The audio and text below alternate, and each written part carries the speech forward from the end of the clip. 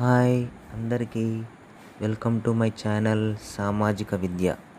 ఈరోజు మనం పార్లమెంటు నిర్మాణం మరియు దాని పనితీరు గురించి తెలుసుకుందాం. మొదటగా పరిచయం. ప్రజాస్వామ్యం అంటే ఏమిటి? ప్రజల కోసం, ప్రజల చేత, ప్రజల పాలన.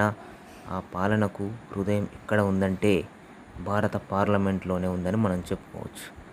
దీని నిర్వచనం: పార్లమెంట్ అనేది మన దేశానికి అత్యున్నత శాసనసభ. ఇక్కడే మన దేశానికి అవసరమైన కొత్త చట్టాలు పుడతాయి, పాత చట్టాలు మారతాయి.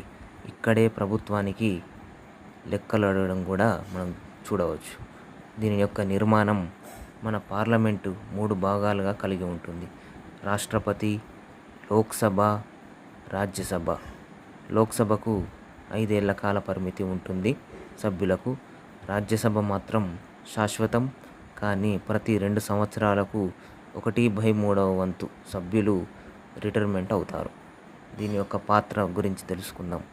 పార్లమెంట్ చేసే పనులు ఎంత ముఖ్యమో తెలుసా? కొత్త చట్టాలు చేసి దేశాన్ని నడిపించడం, బడ్జెట్ ఆమోదించి ప్రభుత్వ ఖర్చులపై పర్యవేక్షించడం, ప్రశ్నలు, చర్చల ద్వారా ప్రభుత్వాన్ని జవాబుదారీగా ఉంచుతుంది. అదేవిధంగా ప్రజల సమస్యలు, ఆశలు, అభిప్రాయాలు ఇవన్నీ ప్రతిబింబించే స్థలం కూడా ఇదే అని మనం చెప్పుకోవచ్చు. దీని యొక్క ముగింపు కూడా ఇప్పుడు మనం తెలుసుకుందాం.